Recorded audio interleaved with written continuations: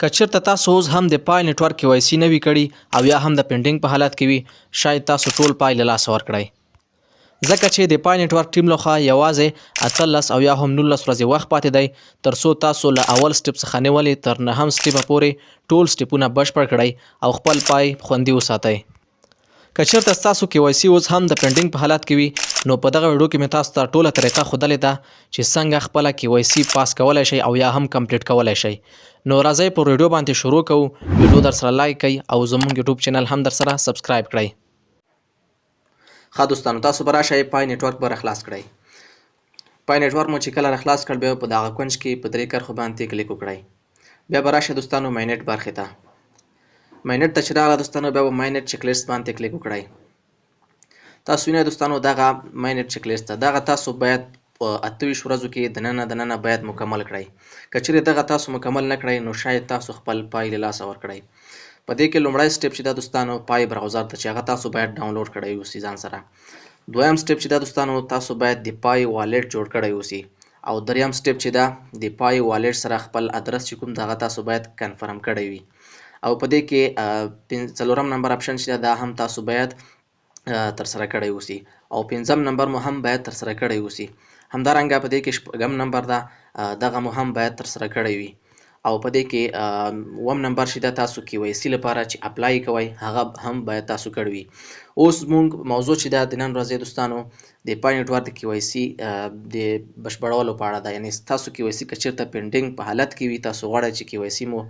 بشپړه شي کمپلیټ شي نو په دې ویډیو کې درته مکمل طریقه ښیم دوستانو تاسو وینئ زما اتم سټپ بشپړ شوی ده KYC مې شوې ده پاس شوې ده او یوازې اتم سټپ پاتې ده دوستانو ماینټ مایګریټ برخه ده نو راځم تاسو ته زه په دې ویډیو کې ښیم چې څنګه ستاسو KYC چې دا هغه پاس کولی شئ یعنې که چېرته ستاسو KYC پینډینګ حالت کې وي یا د ریویو په حالت کې وي څنګه کولی شئ چې هغه KYC مو پاس کړئ نو سمپل به راشئ په دغه درې کرښو باندې مو کلیک وکړئ او بیا به راشئ په سپورټ پورټل باندې به کلیک وکړئ کله مو چې په سپورټ پورټل باندې کلیک وکړ نو لږ انتظار به وکړئ تاسو ته به یوه صفحه خلاصه شي تاسو وینئ دوستانو دغسې صفحه خلاصه شوله تاسو به راشئ لاندې په دغه باندې به کلیک وکړئ need to arise request په دې باندې مو چې کله کلیک وکړ بیا به تاسو ته دغسې صفحه راخلاصه شي دوستانو لاندې به راشئ دلته به KYC پیدا کړئ دوستانو تاسو وینئ دغه KYC په دې باندې به کلیک وکړئ په KYC باندې مو چې کله کلیک وکړ بیا به راشئ دوستانو په دغه لینک باندې به کلیک وکړئ ښه دوستانو کله مو چې په همدې لینک باندې کلیک وکړ یو څه انتظار به ورته وکړئ تاسو وینئ دوستانو موږ ته دغسې صفحه راخلاصه شوله په دغه ځای کې به لومړی تاسو هغه ایمیل ورته لاګین کړئ چې په کوم ایمیل باندې تاسو پای نیټورک اکاونټ چې دا هغه ویریفای کړی وي نو را به شئ دوستانو دغه برخې ته په لومړی برخه چې دا دوستانو په دغه کې به تاسو ورته خپل د پای یوزرنیم ولیکئ یوزرنیم به دوستانو ښه دقیق ورته لیکئ کله مو چې په لومړی برخه کې د پای یوزرنیم ورته ولیکه لاندې به دلته راشئ دوستانو تاسو به ورته په دغه برخه به کې تاسو ورته ولیکئ دوستانو I did not have any policy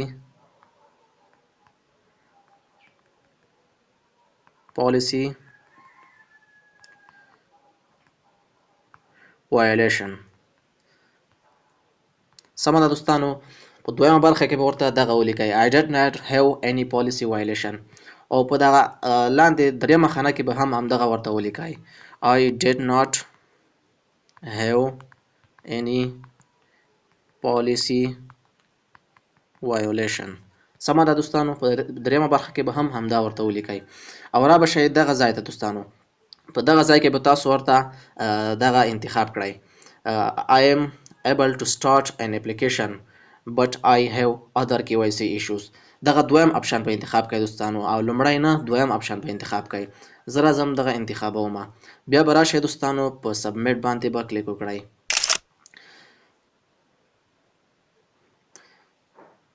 ښه دوستانو کله مو چې په سبمیټ باندې کلیک وکړ ستاسو اپیل چې دا د پای نیټورک ټیم ته ورسیږي او په څو ورځو کې به دننه ستاسو KYC چې دا هغه پاس شي